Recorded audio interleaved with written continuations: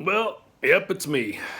I was putting together this whole extravaganza to tell you that I was leaving, and in spite of the best planning and really managing things really well, as you can see, that's what happens when you plan on having two suitcases, and then you've got 8 years worth of stuff that you're trying to deal with. So I'm coming back, y'all. I'm coming back to California. And the reason is, of course, because Mr. Putin has said I need to leave. June 15th is my drop dead date. Y'all knew that. And I'm getting out of town tomorrow. At least that's the plan. And things should work out. But at this point, I wouldn't be surprised if they didn't. I've had everything planned extremely well, managed, saying goodbye, wrapping things up, nailing them down, polishing them off, whatever phrasal verb you want to use. And you still end up with these kinds of surprise things happening. Like I did my PCR test today, plenty of time. You need to have it valid within 72 hours, so it's got a window that you've got to do that within. So that's good. It's the results are not available until 11 o'clock tonight, which is not a problem because they can just email them to me. At least that's what they said. Only to find out that they email you something that gives you a personal code that allows you to access your personal cabinet. So you set that up on their website to access your results. Except if they send you a code that doesn't work for some reason, then you can't actually access your test results, in which case all of that, including the 4,800 rubles, was for nothing. So I'm not sure if that's the case or if I'm going to try and figure something out to get back in there some way. So far, no joy, and I won't actually know if my results they don't come until 11. But if I can't get in, plan B is to hope that they have a quick test at the airport, which, again, Bernie, hey, what's up, mentioned to me uh, that he was able to do that. And it's an hour turnaround, so I should have no problem because I'm going to get there plenty early.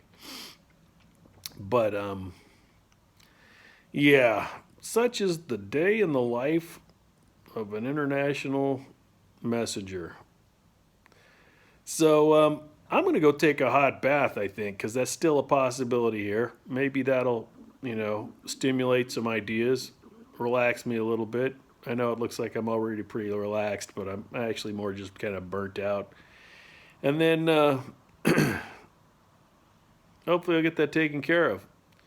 But I did want to, like I said, I've tried multiple times, or maybe I didn't say it. I've tried multiple times, recorded several videos a couple weeks ahead of time. Thought I'd put them together as a kind of, hey, thank you so much for all your support in my being here. And by the way, I'm leaving, but this is about as good as it gets at this point. At this point, I'm hoping that I actually get it uploaded and to you. So hopefully you get this, and you'll know that I'm on my way home, or by the time you get this, already back in the States. um, Love to see you guys. Set up a breakfast or lunch or something like that, and actually see you face to face and in person and give you a hug or something crazy like that. I don't know if they allow that in California. So, yeah, what can I say? Thank you, you guys. I know a lot of seeds have been planted while I've been here. And the rest is up to God. And so did a lot of that, a lot of planting, and a lot of other things too. But I think, it's possible I may be back in Moscow. I don't know. Um, I'll have to see if they open things up. But so my sources so far have said it's best to get out and then find out if they do extend things okay. Which, I'd prefer to have left my flat here and not have to pack things and move them around. But I'm taking that as a sign that it's time for me to go. And unless it's really made clear otherwise, there's other possibilities. Coming back might be a possibility, but I have a buddy that I've been in touch with for some time who's kind of a solo operation like myself. He's a bachelor, and he's in Ukraine and has been there for a couple years. The restrictions on actually giving the gospel to people are not nearly what they are here in Moscow. So that's really encouraging, and they've got some exciting stuff going on there. Of course, involving more English teaching, but other things as well. So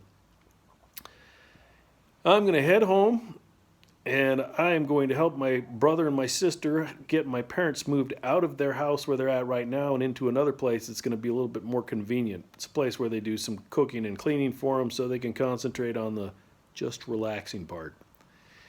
And that's it. I have no idea how long that's going to take. I mean, it took me long enough to pack 6, 7 suitcases.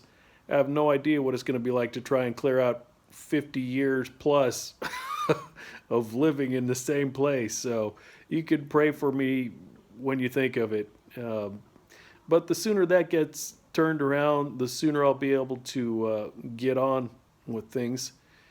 So, yeah, Ukraine is a possibility.